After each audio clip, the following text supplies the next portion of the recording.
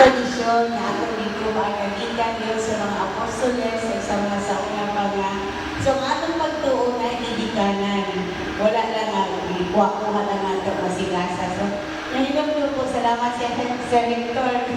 Nanumduman ako. So ako alam nga, kung mapalayo ka sa pagtuon sa atong Biblia o sa atong pagtuon, hindi lang ka magtuo-tuo sa uban. So ako na-inspired at na-motivate ko rin. Ngayon na din kong maminaw na dito sa sikandino. Tiwas ko sa seminar kay Morang na-review ang akong nalibawaan na Morang dugay na siya. Morang nabuhin ko sa tinampo ni Sir Olimonse na kinahanglan lagi tayong motivation sa atong faith.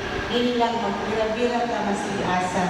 So, hinawag ta, magpadayon ta, atong tiwason ang tulog ka ay gabi kaya masig ako na-enjoy ko ngayon, nakalimta na lang, kaya mura trabaho na lang, tapag sa simbahan ko.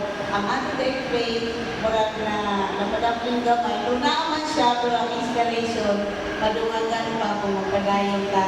Sa atong pagpadayon ang seminar ng Catholic Faith Defenders ng atong doctrine, mabuhi, malibaw ang atong balik, masigdugay na, kaya nagsalita nga naarata diri, pero hindi na rin nakalipensa kung naunsa na ang atong mga pagtuo o mga hitap po sa simbahan. So, pinagi sa kaning seminar na atong yatinan karon, mabuhi ang atong pagtuo, ay nalilitagin niya ay ang naasa tama.